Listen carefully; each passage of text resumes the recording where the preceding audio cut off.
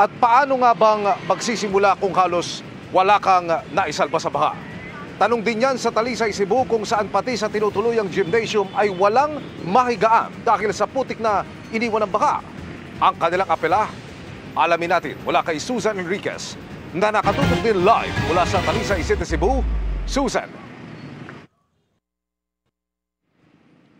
Emil, matapos masalanta ng bagyong Tino, panibagong pagsubok ang kinakaharap ng mga residente dito sa Barangay Dumblog, Talisay City dahil hindi nila alam kung paano at kailan sila magsisimula matapos ang dinanas nila dahil dito sa bagyong Tino. Narito po ang aking report.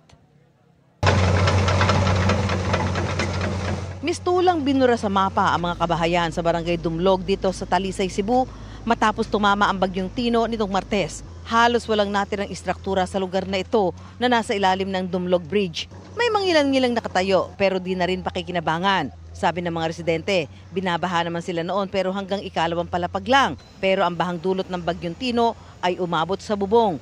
Mistulang binayo at inanod ang mga bahay at istruktura.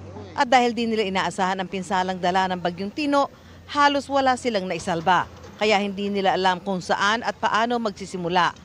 Sa ngayon, putik, burak, basura at mga debris ang naiwang bakas ng bagyong Tino. Ang mga apektadong residente, pansamantalang tumutuloy sa gymnasium ng Barangay Hall at health center ng Barangay Dumblog. Pero hindi na rin sila halos makakatulog dahil putik na putik ito. Yung iba, naglagay na lang ng kanilang mahihigaan doon sa mga bleacher. May mga tent na ipinamahagi pero hindi na rin nila magamit dahil binaharin ang pagpupwestuhan nito. Naghihintay rin sila ng ibang tulong gaya ng pagkain at iba pang pangangailangan.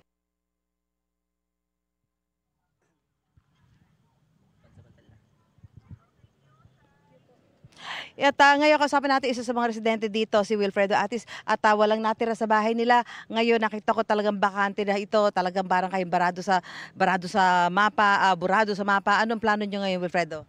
Magtayo ng bahay kubo, pansamantala. Pansamantala? Oo, tapos? Para meron kaming matulugan.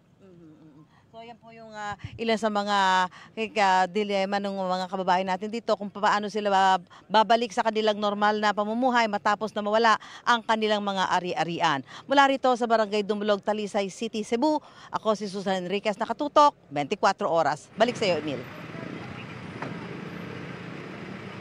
Maraming salamat, Susan Enriquez.